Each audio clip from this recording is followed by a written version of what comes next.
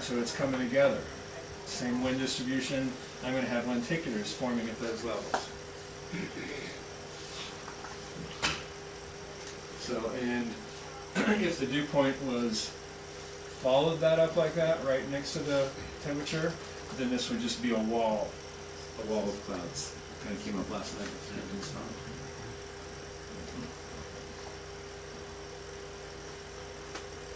Okay.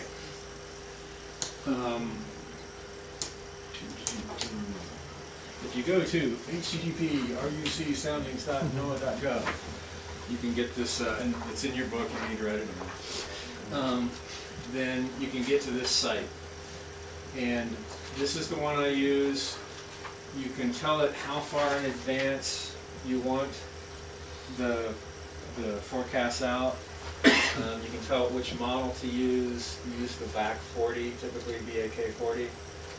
What does that stand for? Do you know what that stands for? They're between BAC and OP and all those. Well, they changed them all recently. Is there a particular computer model that they Yeah, there's different models. There was one, it used to, I think the BAC used to be called the RUC, the Rapid Update Cycle, but they changed, so I don't know what to do. Was somebody's initials? Probably, yeah. So if you look up here, you can read this, right? Sure. This, like the OP40 goes out to 18 hours. The BAC 40 goes out to 24 hours. The FIM goes out to 5 days. GFS goes out 5 days. But these are going to be much, and these are only every 12-hour forecasts. The NAM goes out, I know that one, that's North American model. That goes out to 15 hours on 3-hour increments. So the one that I typically use is the BAC 40, goes out to 24 hours and an hourly. And all of that would be the same except the airport identifier for what you're looking for. Right. And you can either put in the airport identifier, like MEV here, or you can put in latitude and longitude. So if I want to know what the forecast sounding is on the top of Mount Patterson, I can get it there. So I can get it anywhere. So on my computer, I have bookmarked down south, down to the whites and stuff, what the soundings are going to be. We're trying to get that on our website soon. Here, the number of hours forecast. So if you put 24-hour here using the BAC 40, then it'll take it out as far as you can.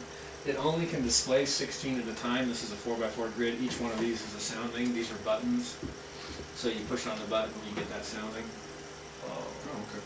So you can only display 16 at a time. So if you go 24 hours in advance, you're just going to get the last 16. Which the night before I'm going to fly, that's what I do. I'll put 24 in there. The morning I'm going to fly, I leave it at 16. Okay. The cool thing about this is you click on it, and it draws that purple line for you. So it automatically gives you a partial trajectory.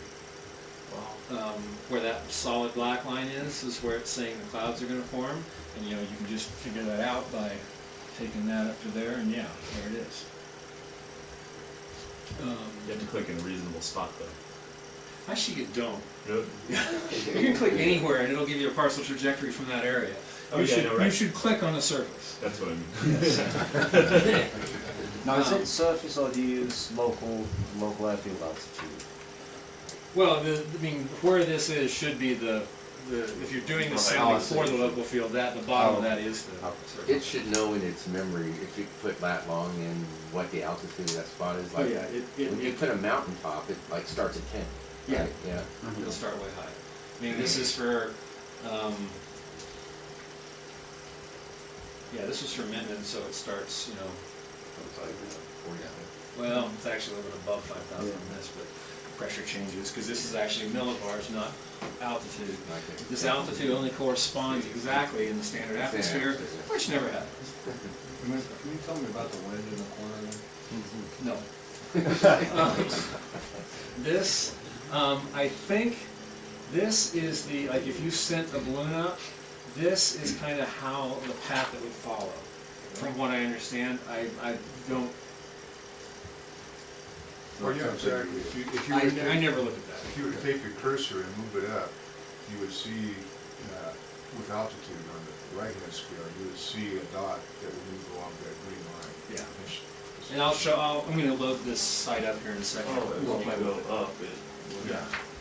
Right, And also, so as you bring the cursor up here, So like it'll on tell you LLC exactly is the you watch temperature, the yourself dew on one point, the diagram, you altitude, see to that exact point.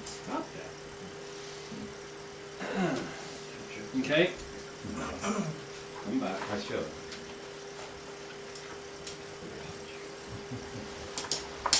Wind's pretty heavy up there. No. You got like 100-knot winds. Yeah, Way up. that's not unusual. Not at all.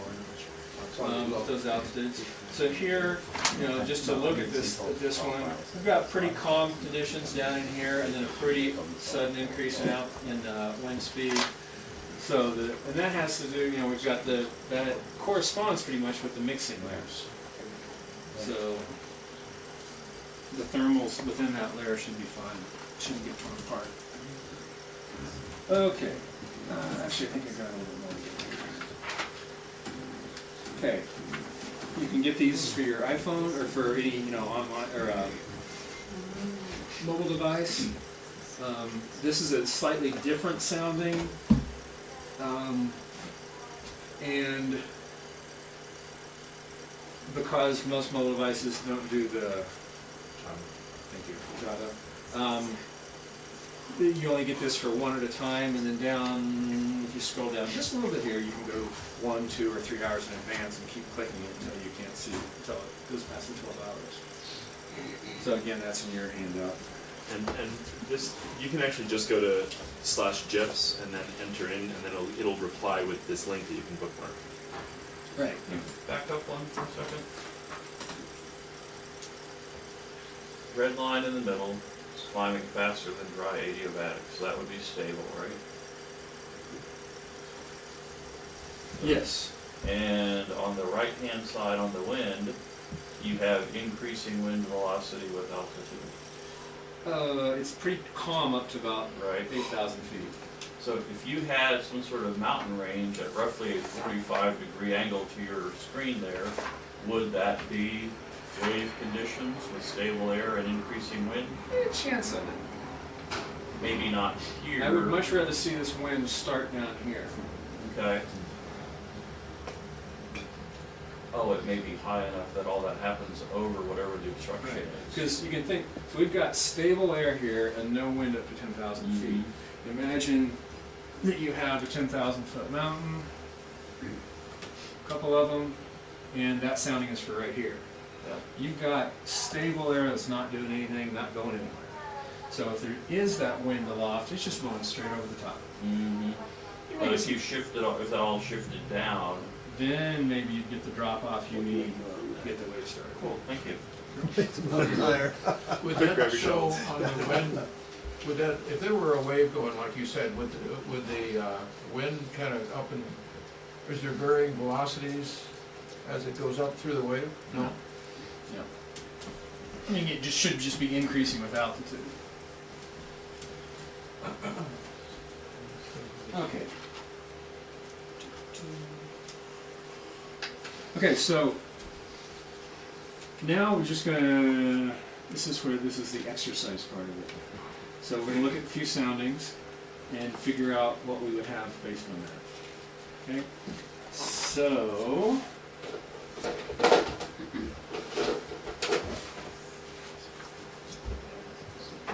I'll just use purple for my partial trajectory. Okay. So, would there be thermals on this day? Yes. Yeah. So my partial trajectory is going to go up here like that.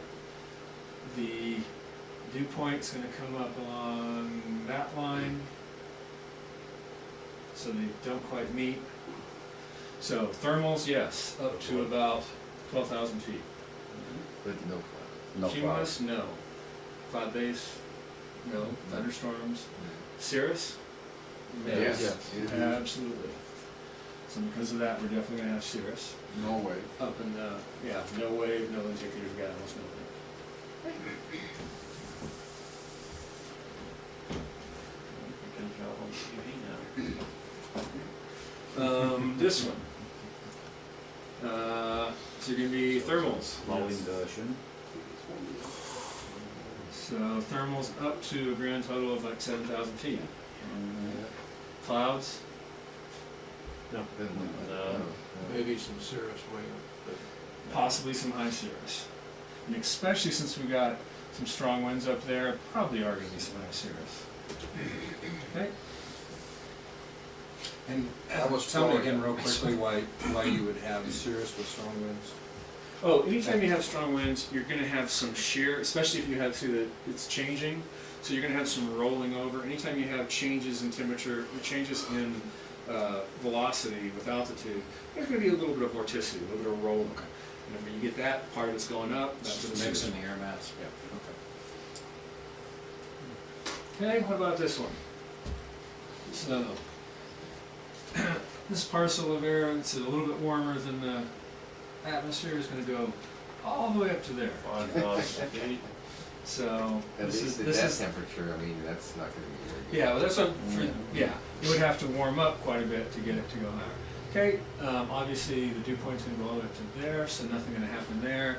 This is what everybody else, non-glider pilots, would call a beautiful day. This is what we would call an awful day. It's like sunny and beautiful and calm. There's no lift. Well, wait a minute, if it got out to 30 degrees.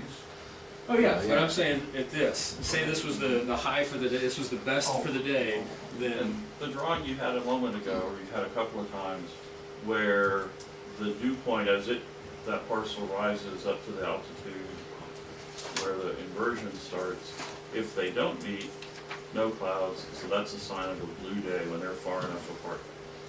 So that's how you can see that. yeah.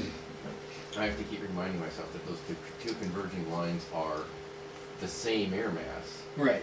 that they're not two things separately converging, that It is the they're characteristics of two one characteristics of the same air same mass. thing. If you go to Walmart, you fill your hefty trash bag with air and you take it up, that's what happens Well, to it. No, that's no, not right. because you could only half fill it. You couldn't fill it all the way, because then it would constrain the volume and therefore the pressure. Well, but even if you did, that's different than what that's showing because that Right, would that's be showing what you've measured at the different altitudes.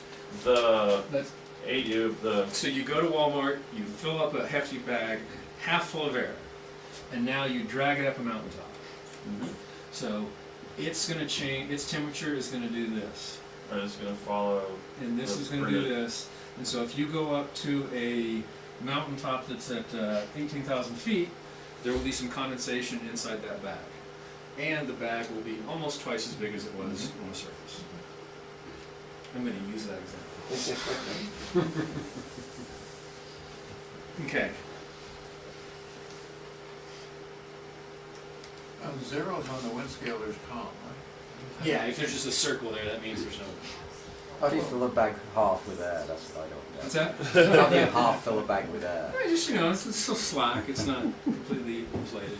If you see those pictures that they used to show of the weather balloons, Like they there's dig an a hole. enormous amount of material that they just partially fill, right? Oh, yeah. Because as it goes up, it's Oh, gonna really get go bigger. from like that. Yeah, from sea level to 18,000, it's gonna double in volume. From 18 to 36, it's gonna about 6 or 8 times. Yeah, so those weather balloon pictures have this little tiny bulb and all this material hanging Right. down. And then It's they just- finally burst. Yeah, So, this way.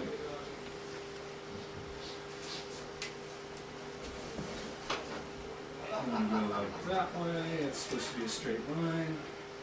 This is gonna go up, and this is the thing you gotta be careful of. When you start bringing the dew point up, don't follow the red lines, follow the gray lines. So, but good thermals to about 14, I think they're no clouds. yeah, and again, these are close enough. I would expect scattered clouds, just some little puffs, nothing significant. But if you were looking at a cloud coverage forecast, it'd probably be 5% for this day. It probably would be a few clouds. Okay.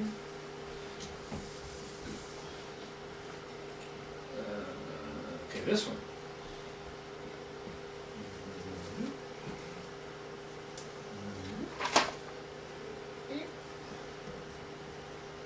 It'd be cloudy. Yeah. So this would be a decent day for around here. This would- Nowadays it's at about 12. Something like yesterday, right? How much would those strong winds down low between 5 and 10 shear up the thermals? Those aren't strong. Oh, Those are only, this is 50 knots here, those are only like 5 knots. they just have one little bar on it? Yeah, they just have half or one, Oh, they're just okay. really closely I see. spaced together. Okay, no high cirrus, so nice day. Okay, I see it sounding like this. First thing that comes to mind is thunderstorm, because these are pretty close together. If I follow this on up, I'm afraid they're gonna hit there, and I was wrong. So it's not gonna turn the corner, but because this upper level pretty much follows the wet adiabat, if it got much warmer here, you can get a thunderstorm.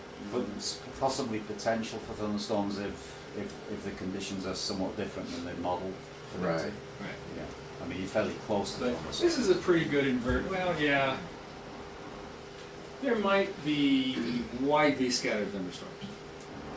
In areas where the upper levels don't go along that line. Yeah. I mean, in this, if it varies in the area, where maybe a little bit to the west, there's a little bit more moisture, a little bit to the east, there's, you could have some. Or how about if you get a local ground condition, a big black tarmac that Well, on this one, if the temperature would have to, let's see how high the temperature would have to go. And to really get some good development, the temperature would have to be oh yeah, it's a lot more. way out here. Yeah, So, not like that. Really big parking lot. yeah, the parking lot would have melted by then. Okay. Or a brush fire. Maybe. Yeah. The Starbucks. Okay, so this one, I'm pretty sure is going to be a thunderstorm. Russell, were you in Hollister this summer that the Henry Cove, the big fires over in Henry Cove burned? No. Because they had fire-induced cumulonimbus. Well, I've got some great pictures from last year when the pine nuts burned Yeah. of some big old cumulus. They were pyrocumulus, they're called. Yeah. So, yeah. Okay, so this one, temperature, dew point, and that is going to be a thunderstorm. It's going to go all the way up to here, 34,000 feet tops. So that would be Base at 12,000. yeah, base is around 12, so that's a big old cloud. If the dew point started on the ground over here, it would be widespread thunderstorms. As it is, it's gonna be quite a few thunderstorms. I'm not sure what the terminology is between scattered and widespread. Is there a terminology? The squall line. Broken. Squall line. Standard and watch out. Okay, so this one.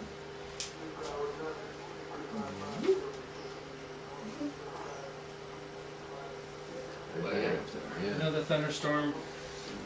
The only moderating fact is that the dew point and temperature are close together there. Maybe they'll cause not quite enough heating to get this thing to actually kick. But Do you mean because of cirrus or some other reason? yeah, because of some cirrus up there, might cut down the heating a bit. But if you were going to, you know, take your grandmother up on a ride, do not schedule it for 4 o'clock on a day that looks like this. She's really into excitement. Yeah. I'm assuming that you like her. Yeah. Carrying the defibrillator. Okay. What does this screen do? Wave. Yeah. Okay. Yeah, and for here, this sounding was from when I was down in Southern California, and our mountains were more at an angle like this. So this was the perfect direction. For here, we actually went a little bit more from the west, but you get the idea.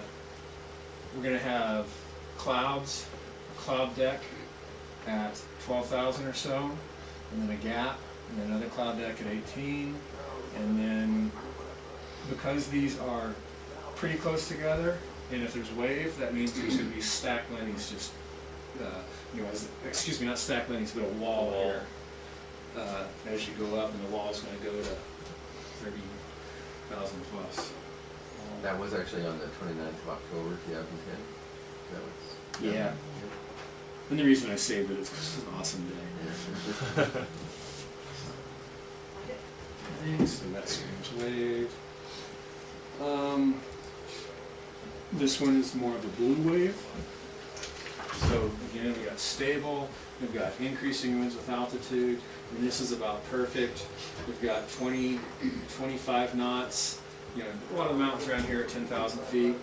So 10,000 feet, 25 knots, that's great. Mountaintop level, up around 18, we've got 45 knots. So that's a good wave day. It's gonna be blue though. Well, the low level, it looks like it's following the dry, so it looks like there is instability down low. Will that offset? Oh, that little thing right there? No, I just mean if it heats up a little bit and it's like now you've got instability up to 11. Yeah, this isn't unstable though. This is not parallel to this line. Oh, I see. So it's stable if the sounding is steeper than the blue line. Right. Yeah. Because what happens there is, okay, this would be the dry adiabat for right here. So if this chunk of air goes up, it's going to be right here goes up. It's going to be cooler than the air around it, so it's going to go back down. That's Yeah. wave. If it even goes up at all. In a Well, world where that was actually the description where that line was canted down and you actually had instability until 8 or 9, would that? That might cause a problem. Okay. So. So there are clouds about 12,000? No, because in this case, the air from the surface is not going on up. No, this isn't convective. In convective activity with thermals and stuff, then yes, if there were thermals on this day, say the temperature got all the way out to here so that thermals could go up here, then yes, you might have clouds. But on a day like this, you're not actually, the air from the ground is not going up that high. It's going up, but then it's coming right back down. Going up, coming right back down. So you're not going to get the cumulus. If that's the hottest part of the day, you've got fairly cool temperatures. That's like almost like a late winter day. Is there a date on that one? Yeah, no. Yeah, probably a winter day. But there wouldn't be any lenticulars with this? No, that would be a blue day. A blue day. Okay, so that's all I got for samples. Let me go pull up the real one real quick. So that means analysis. That's for right now. F1, forecast 1 hour, forecast 2 hours, forecast 3 hours. So let's look at this one. I'm going to click on that one. So that's what we got right now. We got nice light winds. What is it? Those are Greenwich times? Yes. The Yes. 10 o'clock. Right. So the 17 is 10 o'clock. Oh, I see, Okay, so I'm guessing there's no thermals out there right now. If I'm gonna put, you can see how the numbers show up when I move the cursor. So you can see here at 21,829 feet, the winds are from 313 and 18. Just a whole lot of information there. Okay. If I click right down here, there's a parcel trajectory. Yeah.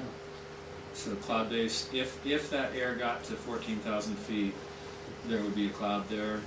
That air is not going to get to 14,000 feet. It's funny that it still plots the line, but it should stop the line at the red line. Wait, it's a parcel trajectory. It's not saying where the convection is going to go. It's going to say if I just took this parcel and forced it up, this is where it's going to go.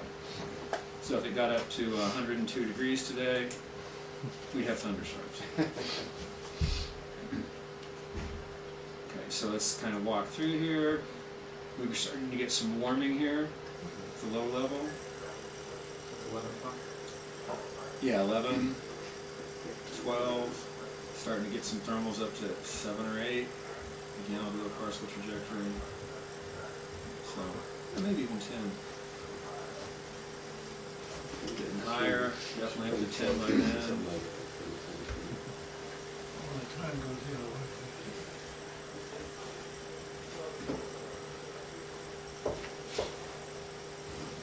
Okay, so at 20 Zulu, 2 Zulu, which is, how do we say this? 6 o'clock, right? Yeah, so things are starting to see how that's starting to cool off down here. Now you're going to get a hook underneath as we get radiant heat cooling. So what time? I'm losing track of what times these are at, because the red line is basically showing stability, right? Right, now this is at night. So this is the end of the night now. Now, one of the things that's interesting here, let me, 21, that's about 1 o'clock, right? So that's pretty good. 2 o'clock. 3, 4, 5, 6, 7. You see the sunlight. It's getting low in the sky. From 6 to 7, started to cool off. The red line went to the left. Yeah. But aren't we starting to get stability setting in mid-afternoon, if I'm reading that correctly? No, this is, Can you click on the chart? yeah, What time is that? 0 Zulu. 5 o'clock. So yeah, I mean by the late afternoon it's going to start It's going to dark. dropping off. Okay, Can you click middle of the soaring day? so the one I usually look at is like 21 or 22 Zulu.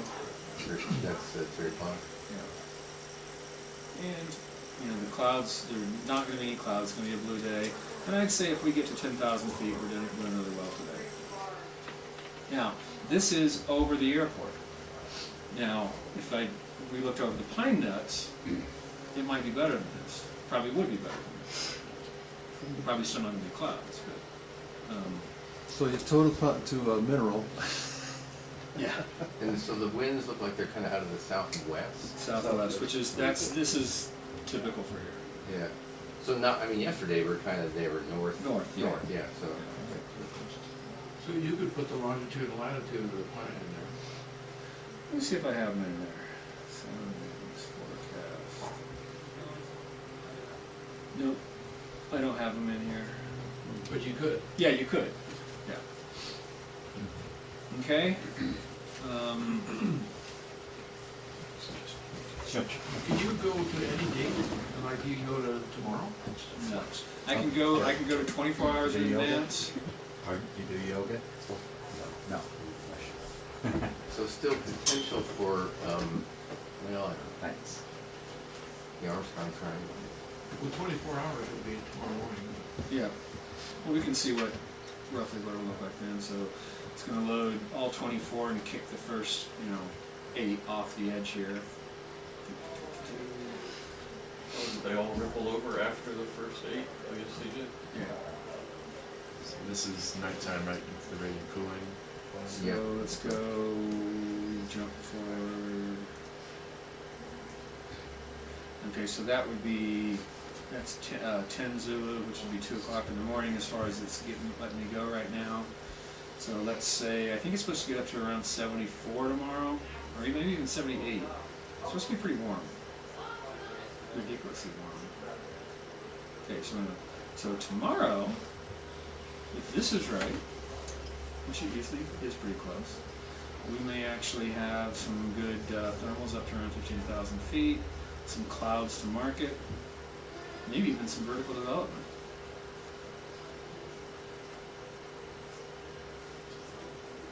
And if this wind was just 2 or 3 times what it is, It's a big if. we could have wave in the morning. So that's 2 AM, you're just assuming, I guess, that the red line's not gonna change that much, right? Right. Okay.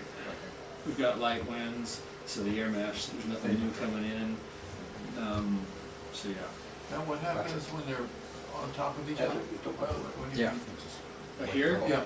Well, that would mean that the parcel is the same temperature as the air around it. Which means it wouldn't move. Yeah. Well, which means it could, if it got just a little warmer, then it would be to the right of it and it would continue to climb. He's seeing the same thing I do, is why is the thing plotting the purple line when theoretically it would stop moving? Because again, it's a partial trajectory. It's not a convection. It's not where it would actually convect. It's where it's. So something dragged the parcel up. Yeah.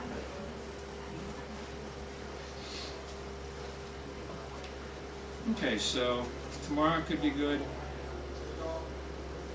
So speaking of dragging your parcel up, so let's say you have dry adiabatic line and you have a little west wind, and you're on the west side of the Sierras, then just the orographic lift will set off a thermal cascade potentially. Yeah, it could, if it condenses, especially if it condenses. The problem is, if it only goes up high enough, if it's getting forced over the top, basically it's kind of useless, because let's say it does get forced up the top, and if it gets forced up the top and it hasn't condensed yet, it's probably just going to come back down. If it gets forced up and it condenses, well, you've got clouds obscuring the top of the mountain, so you can't really use the lift. So, not a great thing. So you could get 10 o'clock tomorrow morning on this. I can't right now, no, it's not letting me go out that far. You said 24 hours. Yeah, I know I did, but it's just not letting me go. Oh, I see. I mean, I can't, sometimes the model run, these are, there's a site you can go to that you can get the exact update with what the models are, because the models crash, they can give you all these reasons why they can't give you the data, but I just usually just accept it. How did you know that? You got all that? Because this is as far as it goes right here. That's the last one that loaded. Oh, I see. So, Do you have to hit the load soundings button or not, or just each button? if I do the load soundings, it brings me a dialog up that I can ask for stuff. That's what you do to get this and then bookmark it. Oh, I see. Oh, you bookmarked that load soundings. Right, set because up. look at this address. I mean, and it keeps going. So yeah, it's not something you want to type in ever.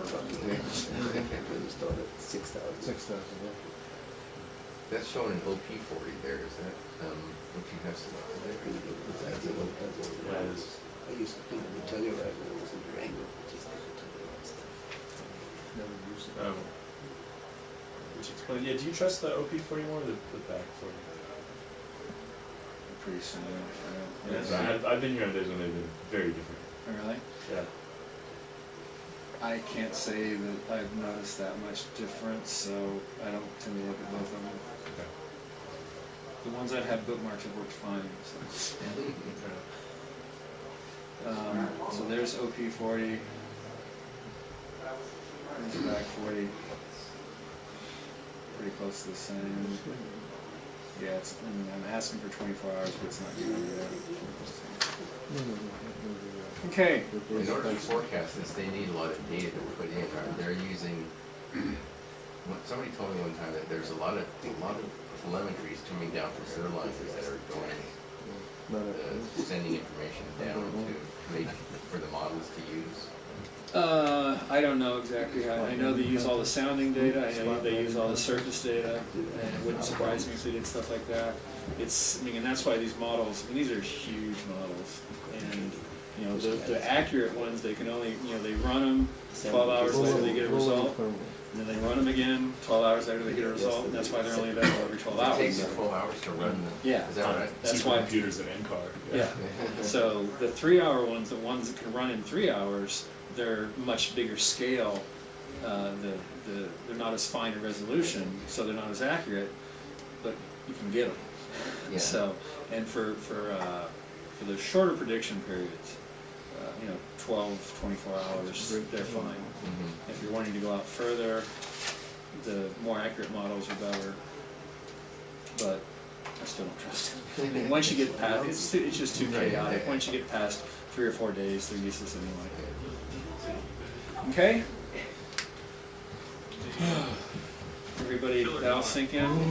Now, what I would suggest is, I think I put those blank soundings in your packets, so I would just try to do what I did here, just and practice.